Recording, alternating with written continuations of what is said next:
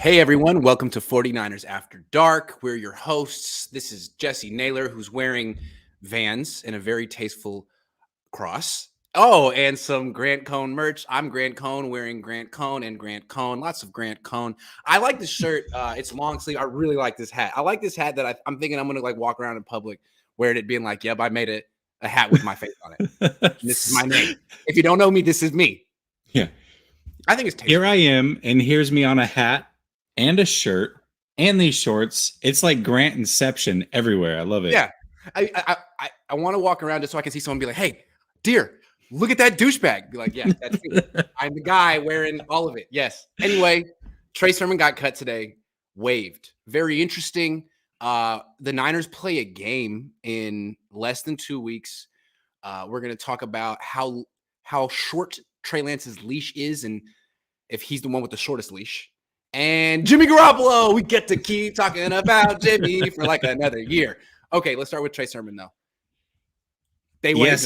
So here's the interesting thing about Trey Sermon, and I feel like there was some strategy involved in this, because if they had cut him yesterday instead of putting him on the initial 53, then he would have been in that first wave of guys that are hitting waivers, right? Right. And so I think for them, they like him enough to where they want to continue to work with him and develop him, but he's not good enough to be on this team, right? Or they like him enough to develop him because they don't want to look like they wasted a third-round pick is probably more likely. Right. So they want to keep him on the practice squad. So I like the way that they went about it. I also think this is the right move. I mean, when I was putting together what I thought the roster would look like, I had him and Hasty being cut. So I think they made the right move here. But the way that they did it a day later, I think was also very smart, because they do have an opportunity to keep him if they want to bring him back on the practice squad as well. Yeah, and it's like it was embarrassing that you traded up in round 3 to get him and he didn't work out. But another way you could look at it is someone pushed him off the roster. It's not like he was, he's not good, but they would have kept him. Jordan Mason is good. Undrafted rookie free agent. He's so good. Someone had to go. And from John Lynch's perspective, it's like, okay, yeah, I missed on this trade, but I got this diamond in the rough. It equals out. So it's like, yeah, this one didn't work out, but we still got a running back. Like Jordan Mason is everything we wanted Trey Sermon to be. So what's the difference? This guy's name is Jordan. His name is Trey. Now they don't have that confusion of two Treys in the same huddle. That was confusing. No, very confusing. We thought that a starting running back and quarterback had to be named Trey. That was the rules. Turns out that's not necessarily the case, Grant. Yeah. But the rest of the practice squad is also shaping up. So for me, this was my concern yesterday, was they decided to keep 3 quarterbacks. Obviously, the Jimmy news was crazy, right? Even though you thought that he was going to stay, I don't think the way that it happened was anything that anybody could have really predicted. And just how last second it was like, oh, by the way, we reworked his contract. Here's a press conference. So for me, I was worried about losing guys like Willis, Malik Turner, like those types of players, Castro Fields, who they did actually end up losing. Yeah. Poe, like those were the guys. And then it was funny because they ended up losing all of them. I'm like, oh God, like they didn't keep any of these guys with a lot of talent, and they let go of Teray. But really, if you look at the practice squad, Malik Turner's back, Teray's back, Poe's back, Quantrez Knight's back. Like they did a really good job of keeping a lot of these fringe players on the roster. The only one that they really lost, and maybe to them it's not that big of a loss, is Castro Fields. Like that's the one guy that I think people are really like, I wish he would have stuck around, right? Like I wish we could have seen him develop. But I think they did a pretty good job constructing this whole thing overall. Yeah, Tariq Castro Fields, it would have been nice. Like, could they have kept him instead of Curtis Robinson, 6th linebacker? He's here for special teams. Like, yeah, it's good to have a special teams guy, but Tariq Castro Fields is a cornerback you kept Brock Purdy because he's a quarterback, right? It's an important position. Well, Tariq Castro Fields is a cornerback, and you kept a 6th linebacker. Or the other way you could look at it is you kept Ambry Thomas over Tariq Castro Fields. That's the thing. I'd like to I'm going to track those 2 careers and see which one has a better career. Because at least in camp, I thought Castro Fields was better. They're both about 6'1". They both run 4.3. I mean, they both have similar athletic profiles. Ambry was just a 3rd-round pick, and He's done something, though. Trey Sermon did absolutely nothing for the 49ers in the NFL. Every time he had that pick, week 18. So he's had moments. I guess they felt like you can't just cut him because of a bad offseason or whatever. But we'll see. We'll see. Yeah. Well, one thing I think the 49ers proved, or Shanahan proved to us, is we had questions. Last week we talked about this. We talked about cut day coming up and how quickly are they willing to let go of some of these guys, right? Just a year ago, they drafted Ambry, who we thought was a fringe player. They drafted Sermon, who we thought would be a fringe roster player. And it turns out, if they bring Sermon back onto the practice squad, which I think they will, I don't think Taylor Hawkins, I think that's the one guy that I'm looking at saying, you think Sermon clears waivers? I do. Yes. Oh. Yes. Oh. Yeah. Wow. I think so, because they waited till day 2. Like, they let all the frenzy happen and they're like, oh, let's just sneak him onto the waivers and see if we can sneak it past everybody. Yeah, I do. I mean, he should, but it just, wow, what a come down. Yeah. What a come down. Absolutely. Yeah. So assuming they do get him back, I mean, they weren't really that willing to let go of these guys early enough, potentially. We'll see. I mean, hopefully it works out for him, but yeah, man, it's an interesting turn. And I think a lot of those roster questions, I still question the 4 tight ends. Like, that's a little interesting to me. I don't, that one I'm still questioning. Did they pick up Tyler Kroft? I missed that today. I think so. I think they did bring him back. Yeah, I think so. Okay. Hold on. All indications were that they were, and I'm pretty sure that I've seen somewhere that he came back. Tyler Kroft. Yeah. Okay. Tyler Kroft for sure. And Jordan Willis. Yeah. So Tyler Kroft and Jordan Willis back. Yeah. Which I like Willis being back. I like him too. I mean, he was one of the main reasons they were in the NFC Championship game last year. Let's be frank. Oh, yeah. A lot of things had to go their way, and he was part of it. Brandon, thank you for becoming a member. 49ers Cade says, I'm okay seeing Sermon go. He stutters behind the line more than I stutter talking to an attractive girl. Too much information. Yeah, a little TMI. I'm not going to lie. Little TMI. It's okay, 49ers Cade. I think you're a great guy, and you should be really confident. Go up there and say it from your heart. Sermon stutter stepping is a lot like, to me, he was a lot like Carlos Hyde. The Niners drafted Carlos Hyde, and they thought he was just going to be this vicious between the tackle zone read guy. And he was just like always trying to bounce to the outside. They're like, no, what are you doing? And Sermon was like that, but even more. It's like, I don't know what happened, but in preseason this year, he was not running hard enough. It's like he didn't have his heart in it. He was better last year. I don't know what the hell that was. Don't know. I genuinely do think there might be something to him getting knocked out in one of his first carries. Like, that has to mentally hang with you a little bit, I would imagine. Plus the pressure of knowing that you've got a lot of good backs on this team. They just drafted another guy in round 3, and they brought a UDFA in that's killing it. Like, there's a lot of pressure to make it in this league. There really is. Either he's just horrendous, or maybe he didn't want to be here, or both. Yeah. I haven't seen much to say that he's not horrendous. He's just slow. He's a bad combination of slow, indecisive, and doesn't run hard. Like, and not power. Yeah, he's not powerful for his size. He has no burst. Not decisive. I mean, you could throw to him a little bit. He's big. He's got, but like, he can catch. What's he gonna do with the ball? And he can't. That's a problem. So anyway, goodbye, Trey Sermon. Maybe we're never gonna talk about you again. Let's talk about. This is what I want to talk about. I want to talk about week 1. I love talking about games and opponents that are coming up. And I feel like Niner fans either are overlooking the Bears or nervous about this game and don't want to talk about it. Because God forbid they lose week 1 to Justin Fields. That would be the worst. The worst thing that could happen. I don't expect that to happen, but it's football. Anything could happen, especially week 1, where a lot of these guys haven't even played much in preseason. So Niners are 6.5-point favorites on the road. What is your biggest concern for them heading into this game? I think it's Kyle Shanahan. I mean, okay, so last year was a little bit different, but I think there was a lot of lucky things that happened for that offense to look good in week 1. Remember last year going into week 1, the conversation was, well, Shanahan offenses start out slow. This could be a trip-up game. I still think all those rules apply. I really do. Plus, game 1 going against an athletic, mobile quarterback, sometimes it takes a while to get used to that on defense. And so I do think that the defensive line should dominate for the most part. However, Justin Fields can get mobile and absolutely wreck your day. So, looking at that, trying to prepare. Now, let's also not forget that the practice squad quarterback or the scout team quarterback sounds like it's going to be Jimmy. Would it be the second quarterback or would it be Purdy? Oh, no. It's going to be Jimmy. The number 2 quarterback's going to be Jimmy. Right. Yeah. I know. So he'll be the scout team guy. So he'll be giving you the Justin Fields look, right? Yeah. Good luck. That's not. So last year, remember, they had Trey Lance to help them prepare for those guys. This year they don't. And so I think week 1 playing against a mobile quarterback is a tough assignment always.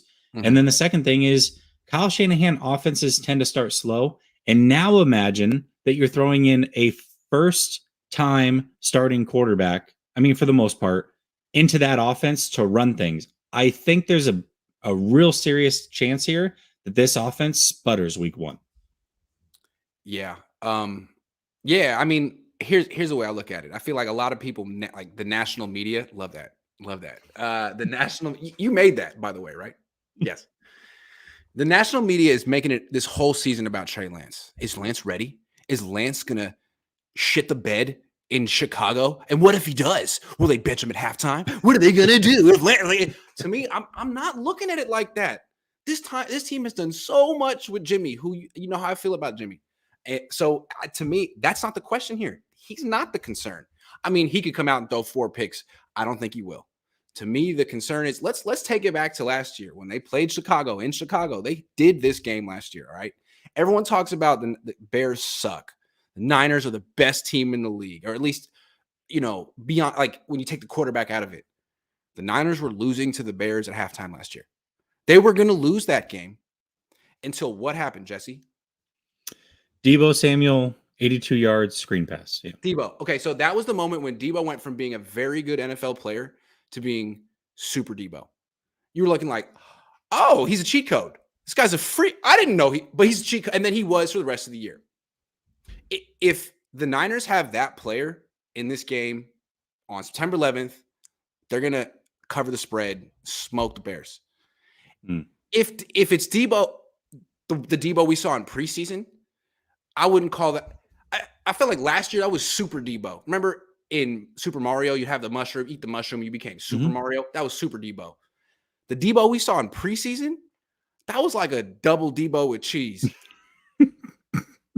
I mean, if he's a wide back, that was like preseason Deebo was like badonkadonk, like a double XL wide back. I'm sorry. Wide back was more of like a physical trait versus like what he actually plays. Which Deebo are they getting? Because Deebo was the reason they beat the Bears last year, as good as they are. All I know is that Justin Fields, I like him a lot. He played this team last year as a rookie, completed 70% of his throws, ran for 100 yards and a touchdown. Now he's in his second year. He's a good player. Trey Lance is in his first year, and it's not about him. It's about Deebo. Deebo, are you ready? He's hurt right now. He's got a contusion on the back of his leg. Again, if he's ready, it's not even a contest. If he's not, I'm concerned. I have concerns. I would say the Deebo thing, this is interesting, right? Because in a vacuum, I'm not worried about the injury with Deebo, right? Like, I'm not worried about a contusion on the back of the knee because I think he's going to play week 1. However, it is worrisome because he hasn't had the offseason to get probably in the best shape because he didn't want to hurt himself and prepping for the biggest contract. Right. And he didn't have time to work with Trey Lance. Well, now this is your 2 weeks for the install to get ready, work with Trey Lance, and you can't because you're hurt, right? So am I afraid he's not going to play week 1? No, that's not it at all it. Yeah. But is he going to have time to work with Trey Lance and build that continuity? Maybe not. And that is a concern. Maybe the top of his game, maybe not. So right. That's the one thing that concerns me because when Deebo's at the top of his game, the Niners are hard to beat. When he's not, their offense can sputter. As you said, they struggle week 1. Well, week 1 last year, they put up points because Deebo went crazy in that freaking game. He had the long touchdown catch in Detroit. If he's not doing that this year, I mean, is Ayuk going to take over the game? I haven't seen him do that in a while, if ever. Is Kittle going to take over the game? Maybe. Maybe they'll just have to put it all on Jordan Mason. I don't know. We'll see. But it's just so easy when Deebo's doing his thing. Have you heard anything about Mitchell at all? Have I heard anything? I saw him at practice the other day. He looks like he's healthy, but Okay, all right, it's that's like, how good. long can he stay healthy? Is Gotcha. pretty much the thing with him. But no, he looks healthy right now. Him and McGlinchey were back. Okay, that's great. Brunskill That's has great been news. not back. So yeah, Mitchell Okay, looking good. My hot okay. take for this year is that Jordan Mason's going to lead the team in rushing. He might. You know what? I remember last year when Mostert. This was when Mostert was healthy. I said it would be Jeff Wilson Jr. He And could too, then man. He's a and then great he trade. got the Yeah, he got the MCL thing yeah. or whatever, meniscus. Yeah, I mean, I could see any of them to be real leading this team. Whoever I don't stays healthy, I don't pretty trust much. any of them. Whoever Yep, stays healthy. absolutely. Because the thing Yep. is, if Elijah Mitchell gets hurt, then Jeff Wilson gets his opportunity. If he gets hurt, then Ty Davis Price gets his opportunity. And if he sputters like he did in preseason, then boom, Jordan Mason time. Yeah, Oh, absolutely. I want to see Jordan. All right, anyway. So everyone's talking about how short is Trey Lance's leash. If he's losing at halftime, will the vets on the team go to Kyle and say, we have no confidence in Trey, we want Jimmy? If he loses the first game, will Trent Williams, Deebo Samuel, George Kittle go to Kyle and say, we voted, we've spoken, the vets want Jimmy? I don't know. It seems like they like Trey Lance too. I don't know if they're necessarily going to turn on him right away, barring a 4-pick game. There are some other players on this team that have a short leash, including Lance. Maybe which players on this team do you think have the shortest leash, and is Lance in that group? Let's go one by one because I Okay. don't want to say them all and then take some of your players. And I have a few of them. I'm actually going to start with the running back position. I think Elijah Mitchell has a short leash. Yeah. Like if he comes out and looks sluggish right away, he doesn't look explosive. Right. Maybe he has an early fumble, something crazy, which he didn't do last year. They easily are like, dude, we got Jeff Wilson Jr., we got Mason, we got TDP. We're not riding with you. And a short leash at that position could put you all the way at the back of that depth chart. It really could, because Shanahan doesn't mess around. I feel like he rides the hot hand. I think Elijah Mitchell right now has a very, very short leash going into one. He's been healthy for like 2 weeks this offseason. So to me, a little bit like last year, Jeff Wilson Jr. didn't look like himself because he was never healthy. He never had the offseason to get into football shape. Well, that's Mitchell this year. Jeff Wilson Jr. has been healthy the whole offseason. He's in tip-top shape. Mitchell, it's hard to say that he is. So I can see that. By the way, Jeff Wilson Jr., a lot of people think he's older. I get the feeling people think he's older. He's only 26. Like he's still, and he doesn't have a lot of carries under his belt. Like he really could be a bell cow for a season, barring health, obviously. That's a big thing, but he's a 3-down back, good blocker, good receiver, good player. It's just that he runs upright and tends to get hurt. I mean, he had the high ankle sprain, the knees. If he could stay healthy, I mean, he could lead the team in rushing. He could. Yeah. He did 2 years ago. He had 10 touchdowns 2 years ago. Yeah, he did. That Patriot game, man, I'll never forget that Patriot game. Oh my gosh. He was the best player on the field in that game. Oh yeah, by a wide margin. He was crazy good. Yeah. Okay. So let me name a name. Aaron Banks. Never started a game in his career.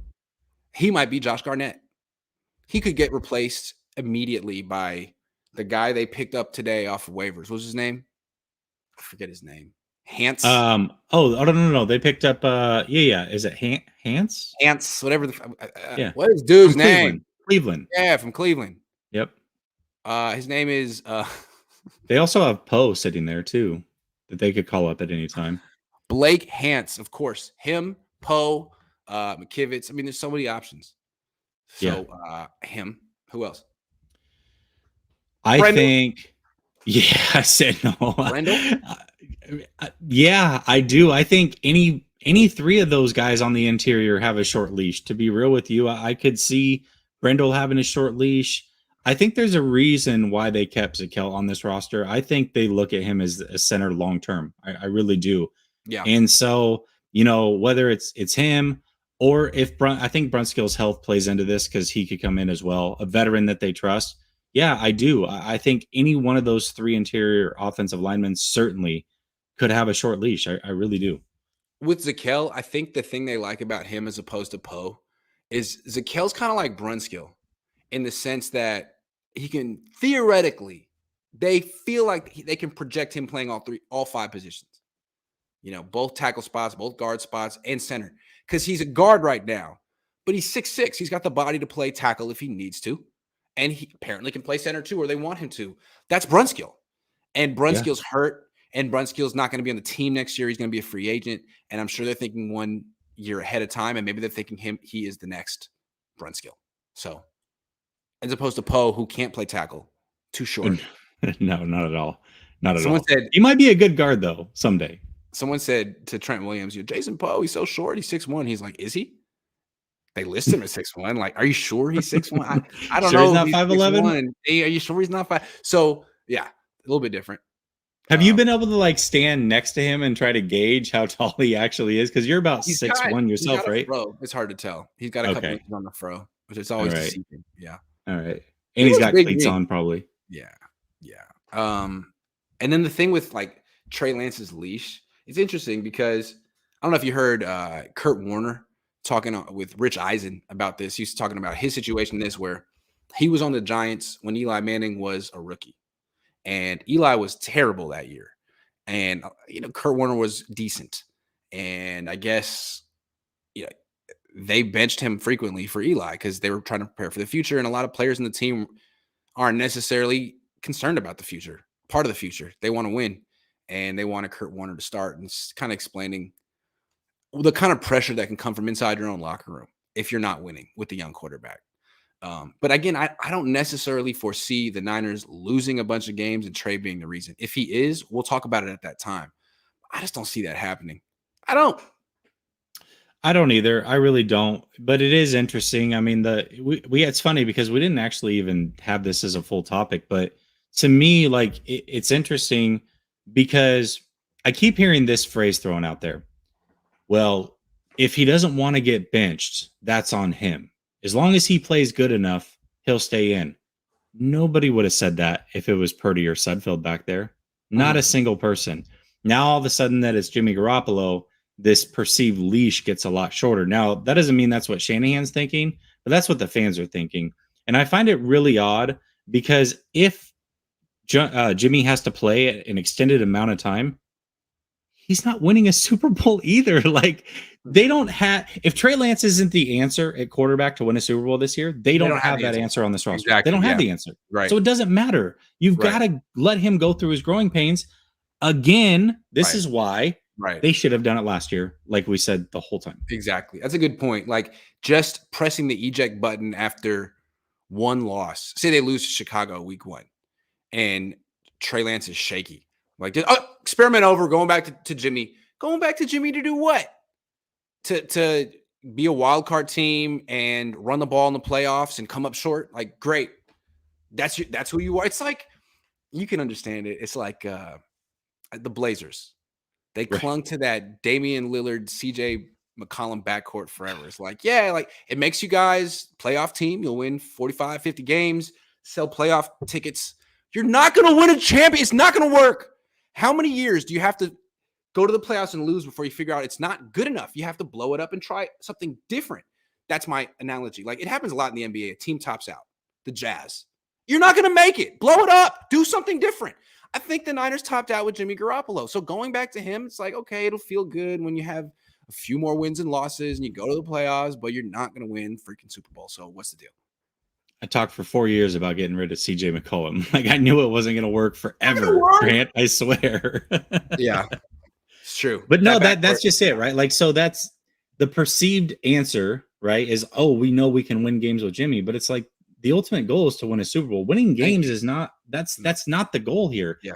Now, I do love the Jimmy. We could be the 7th seed with CJ McCollum and Damian Lillard. Like, right. So who cares? So yeah. Who cares? Exactly. Yeah. So it's like, yes, I like having a really good backup just in case you need a few games. That makes sense. But if it's like, well, listen, if Trey's not performing, we get to pull him and put in Jimmy and we'll be good. No, we won't be good. We won't be good.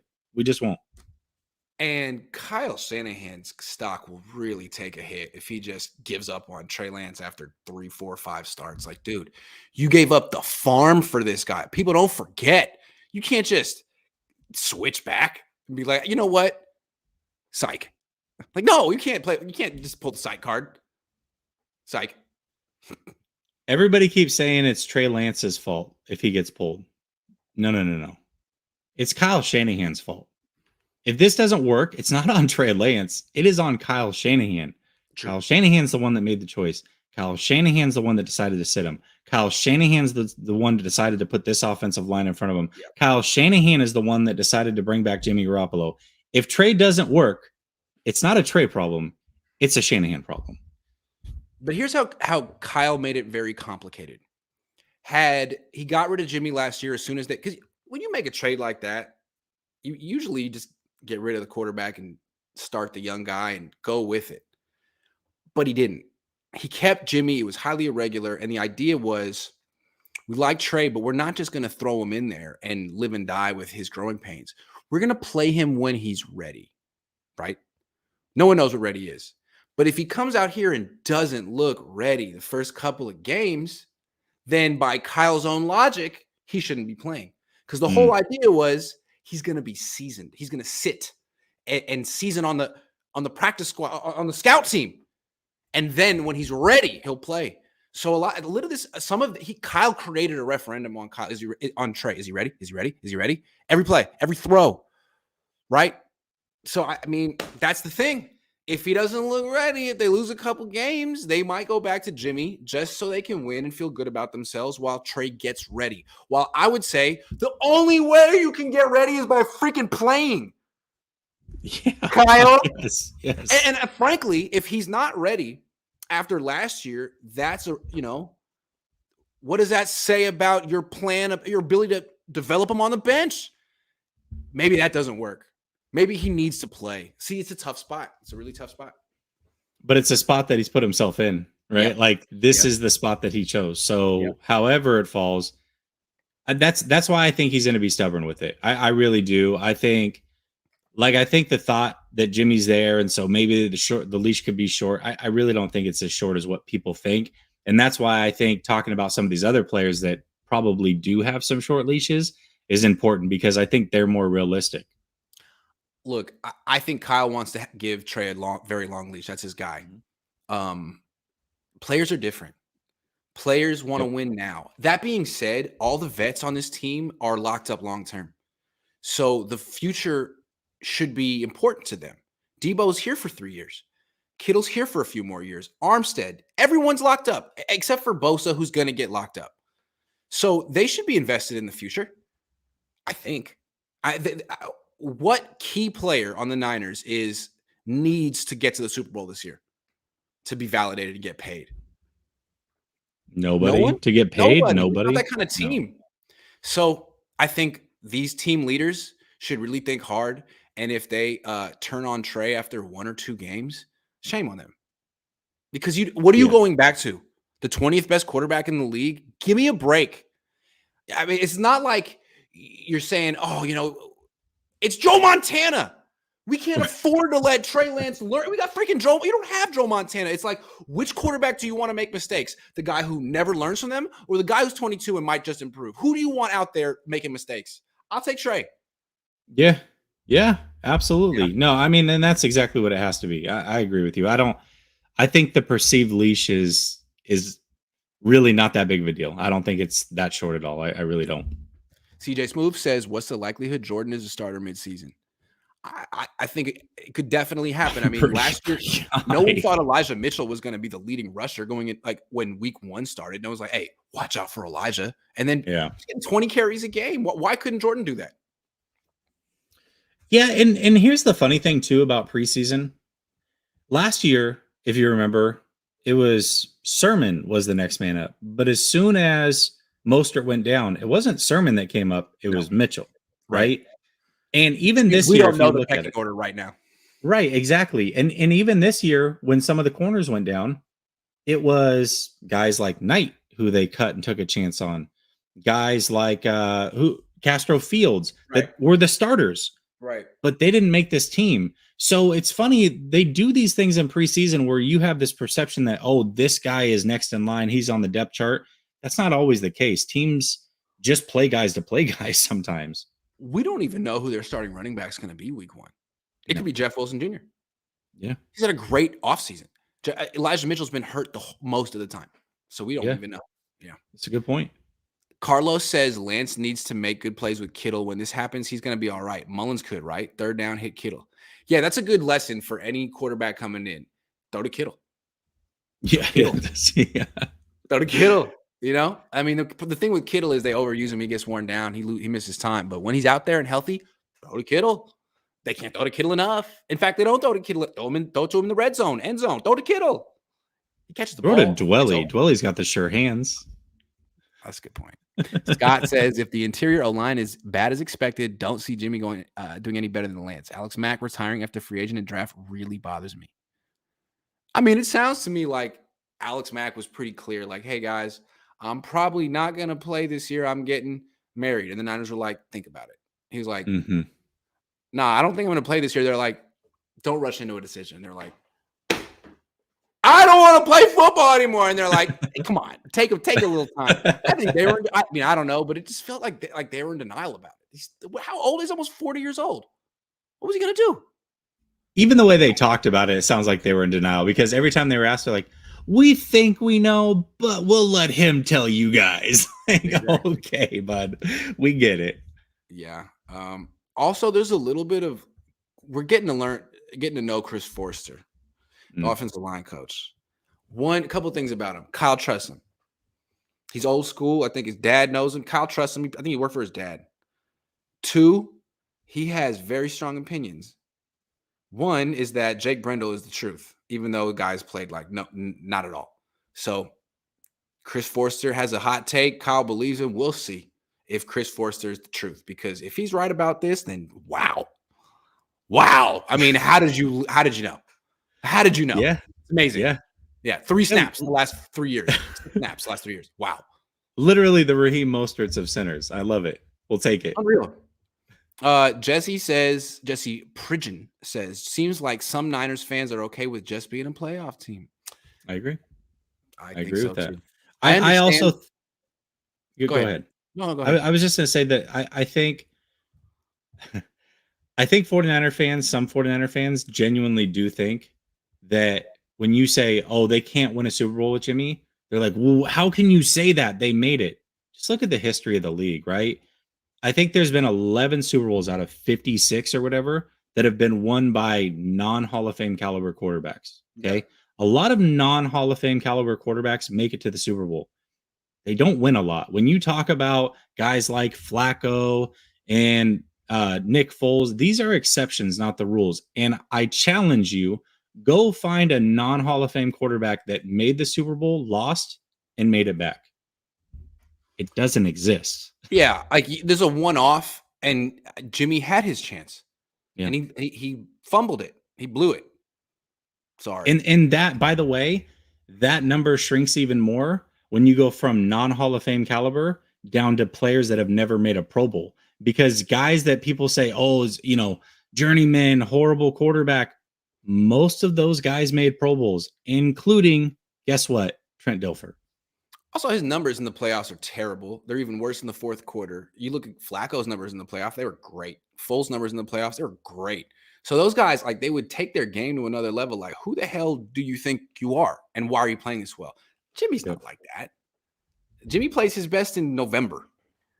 Bruna says he laughed when Panthers re-signed Cam as a replacement for Darnold, who replaced him in the first place. We laugh. Niners did the same. History repeats itself. Good point, Maruna. Great point. Sean Weaver says the only way I'd like to the bench after 2 games is if Trey committed 6 turnovers in each game, but the likelihood of that happening is incredibly slim. Yeah, but it seems like people really think that he's going to go out there and just wet the bed, all in his face. Yeah. And people talk about him having a really bad preseason. People keep saying he really struggled in preseason. He had no turnover-worthy plays, and his numbers were way better than Jimmy's numbers were in the preseason last year. But again, nothing Jimmy does is counted. It's like, okay, he'll be fine. He wins. Trey, I'm just trying to point out he's under so much scrutiny. He puts up decent numbers in the preseason. People are like, he was terrible. I was like, well, actually, he was objectively way better than Jimmy was on the same team in preseason last year. Like, well, that doesn't matter. Why are you talking about preseason stats? You're the one talking about preseason stats with Trey. Well, it's like, okay. So there's 2 different, there's the Trey rubric and the Jimmy rubric. The Jimmy rubric is handsome, wins games, check. Trey is like, well, that lead foot and the wobble and it's like, it's an endless list of things that he can't ever, sorry What's going on? Do you remember game 2 of 2019, that preseason, when Jimmy Garoppolo in practice threw 5 straight interceptions, right? Yeah. Which was a big deal. Yeah. Then in that same game against the Broncos, came out, went 1 for 6 with an interception, and had a second one that was dropped. Yeah. With a, I think, 0.0 passer rating. Yeah. Could you imagine if that was Trey Lance? Just think about for a second if that happened to Trey Lance. The sky would fall. Like, people would lose their minds about it. And it's just funny to me how nitpicky we are. There was a video floating around of Trey Lance throwing a 50-yard pass in practice the other day. I literally had somebody comment on that, Grant, and say, it was a nice throw, but I wish the receiver was running instead of standing still. Trey, tell him, Trey. That's funny. Dude. Yeah. Organize the drill better. JC says, hey, Grant and Jesse. Grant, how does access to the locker room affect coverage as a journalist? Do you think it'll be helpful this year? Plus the Jacker, Andre Nicotina, cool shirt, Johnny Croft. First question first. Access to the locker room, I don't know. They haven't opened up the locker room yet. I don't know. We'll see. It's been a while. I'll let you know, but it will change things. And then I do think it'll be helpful too. Jacker, Nicotina, Jacka, but they're great. And they made music together, but the Jacka for sure. Good question. All right. Jesse thinks Jimmy Garoppolo's restructure, pay cut, is covering up the real issue, but I don't know what the real issue is. What is it, Jesse? I'm going to go full conspiracy theory here. No, I don't listen. You would. Thank you. I don't think that it was purposeful in covering it up, but it's funny how every conversation for the last 48 hours has transitioned to Trey Lance has a short leash. The media is talking about this. We're talking about the Jimmy Garoppolo situation. Not a single one of us are talking extensively about this offensive line enough. Yeah. Right now, they are less than 2 weeks away from week 1. We don't know if McGlinchey's going to play. If McGlinchey plays, I feel a lot better about things. But if McGlinchey doesn't play, Grant, they're going to run out, most likely, a starting offensive line that has 7 starts from left guard to right tackle. Yep. 7 combined starts, and 2 of them have 0 starts. That's what they're going to throw out there with arguably the best left tackle to ever play football, right? And so, even if McGlinchey goes, like, what version of him are they getting? He's been hurt all offseason like Mitchell. And how long can he go? Does he come out after the first quarter? Like, we don't know what this looks like. And so for me, it doesn't matter if it's Trey Lance, Jimmy Garoppolo, or Patrick Mahomes back there.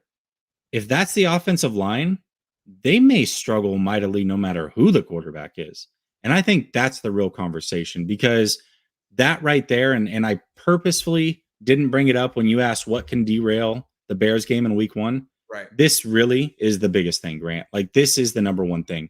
If they can't protect the quarterback, whoever it is, it's not going to matter. Like, they could lose any game without keeping their quarterback upright. So that's the real issue at hand this season. I completely agree. And then bringing in Blake Hance, to me, is again like, okay, so he has 8 career starts. That makes he's like a vet on this team. Move over for Blake Hance. Hold on. Like, he might be their starting right tackle week 1. You know, because it's not like Colton Kivitz is an asset. So, yeah, there's that. But I want to come back to what I was saying earlier, Deebo. Like, last year, to a degree, the Bengals kind of proved you could have a terrible offensive line. But if you have a wide receiver like Jamar Chase or Deebo Samuel, get the ball out of the quarterback's hands quick, just give him the ball. Who cares about the trenches at that point? Like, he just flips the game. So Deebo can do stuff like that. And if he's super Deebo, then he can sort of mitigate the problem. If he's double Deebo with cheese, then the offensive line is going to be under the crosshairs because he's the cheat code that makes that not an issue. So again, Deebo, you're their best player. You got to be super Deebo. They're counting on you. They just gave you more guaranteed money than any 49ers player ever has gotten. Come on, man. You got to be ready to go week 1, not week 4. I want to throw this out there, though, too, because a lot of people, and you just brought it up, but I think a lot of people are saying this as well. Well, Joe Burrow and the Bengals, that's what they point to. Well, if the 49ers offensive line isn't good, Joe Burrow and the Bengals. Okay, first of all, again, we talk about anomalies. That's one of them. Right. But the offensive line protection issues with the Bengals is a bit overblown because here's what happened. Everybody goes and looks at the sacks and they say, well, look at how many sacks they gave up. Reality is, Burrow came out after the season and said a lot of those sacks on third down, especially, are on him because he will purposefully hold the ball, take a sack just to see if he can make a play happen because they're going to punt anyways. When you look at the actual pressure rate of that offensive line, it was only like 12th worst in the league. Like, it wasn't as bad as what people want to make it out to be. I'm not saying it was good, but I would put that offensive line and probably take it over this offensive line without Mike McGlinchey until they prove something. Like, I don't trust it. And here's the other thing. Without McGlinchey, they have Trent Williams and backups. That's what you would call the offensive line. Trent Williams and backups. Which was my sort of issue with signing Trent Williams, although I don't think it's his fault that they don't have other starting caliber offensive linemen. It's bad drafting. Burford, maybe. Burford has a chance. There's Poe lurking. Zakel. But Aaron Banks, dude, you got to show something, man. I mean, you might be worse than Trey Sermon. You got to show something, Aaron. Here's what sucks, though, too, Grant, because one of the things that I talk about with Trey Lance a lot is Lance a lot. That's funny, Lance a lot. Yeah, I just thought that the things that I talk about with Trey Lance often is that he's in year 2, right? And so he deserves grace, 3 years grace. And it sounds like I'm not giving that grace to some of these other players that are in front of him. I am giving that grace to Banks and Burford and these guys. The problem is it's not their fault. It's not their fault at all. Really, again, it comes down to a front office decision-making fault because everybody has this perception that this team is ready to win now. And if you don't protect Trey while he's trying to develop, you're probably not going to win a lot. Like, that's just the reality of the situation. So we'll see how it plays out. But I think all of these players deserve that grace.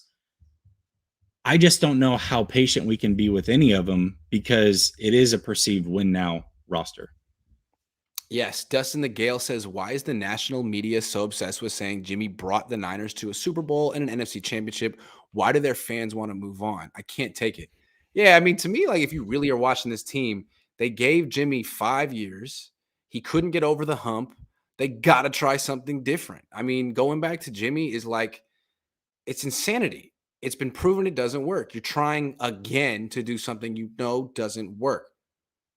Ultimately, I mean, if your goal is Super Bowls, I thought that was the Niners' goal, unless you want to all of a sudden be the Arizona Cardinals and be like, hey, look at us in the playoffs. Oh, okay, it's pretty nice.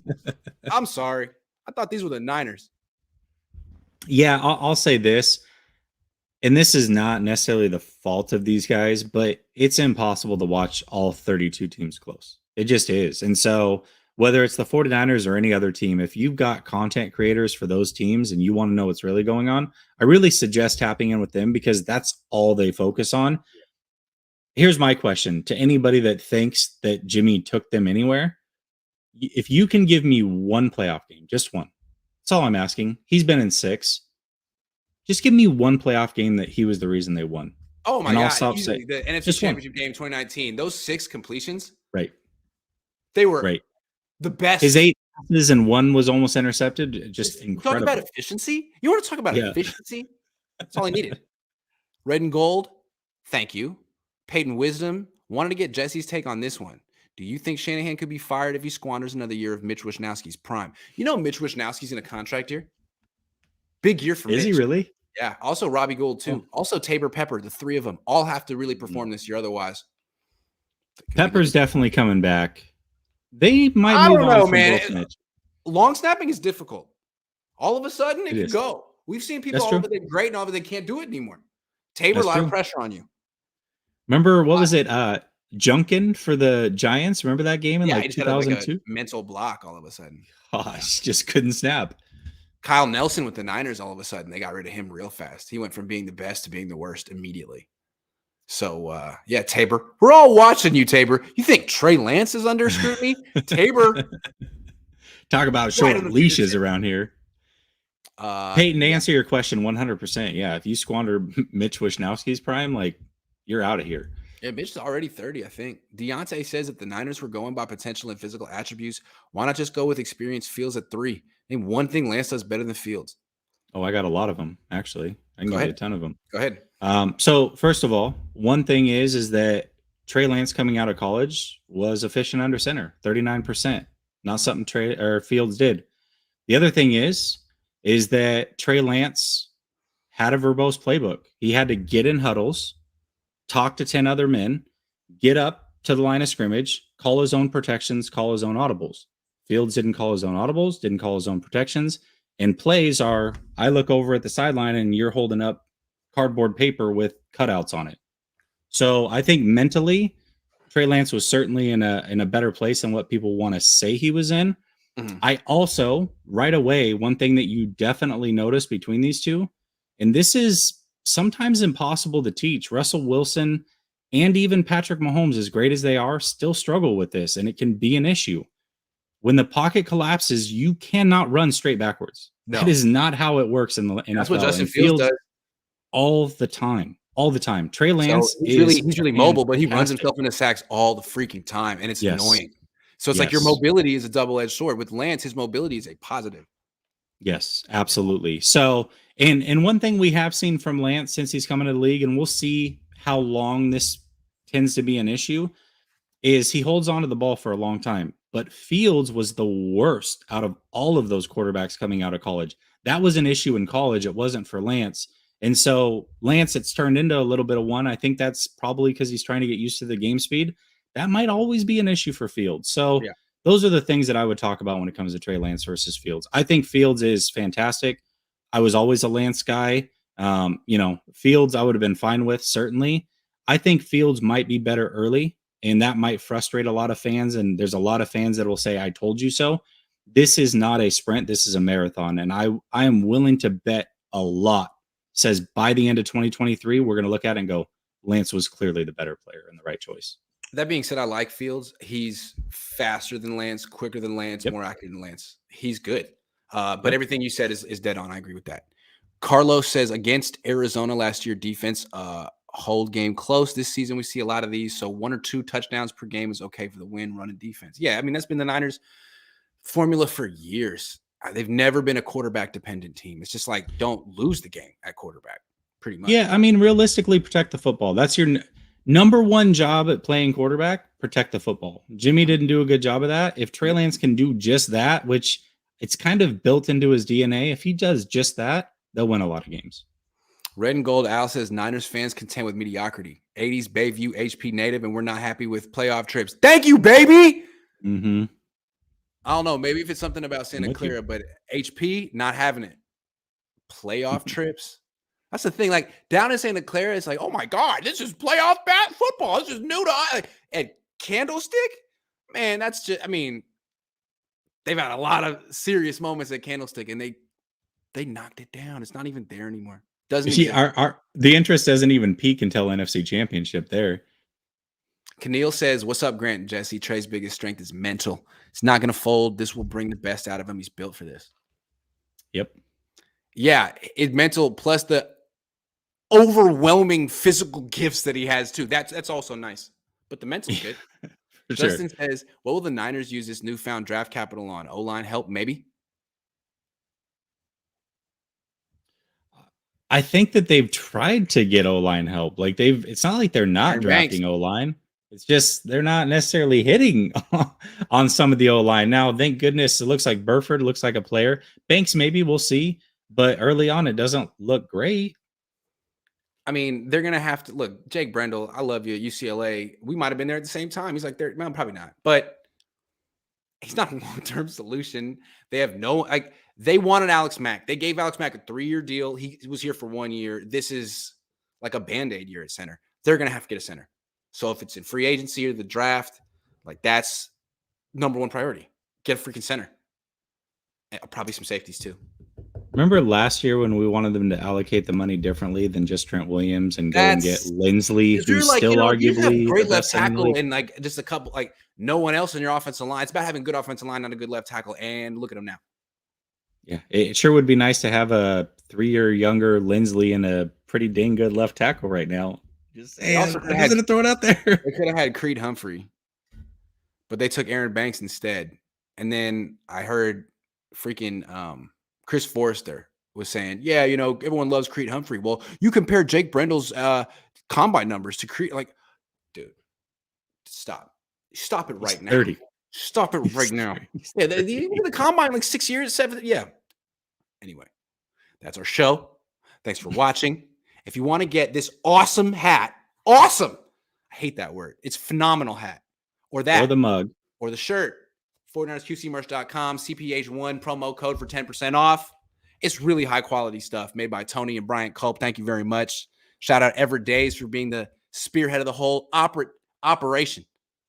And shout out Jessie for making these designs. That's Jessie. Yeah. If you see this on a shirt or a mug, this is my design. So go right. buy this one if you buy one. Yeah. Make sure you buy that one.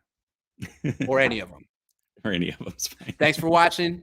Make sure you subscribe to Last Second Sports. It's Last Second Sports. Still called that. Last Second Sports. So, and have a great night. Oh, real quick. John Lynch and Adam Peters are talking like 9:45 tomorrow. Adam Peters. So we'll see what happens. I guess talking about Trey Sermon. So Trey Sermon, you cut him. How's that? You traded up for him. Now you don't like him. How's that? Can't wait to hear. Adam Peters bringing him in. First. That's the first time. We'll see what happens. Stay tuned.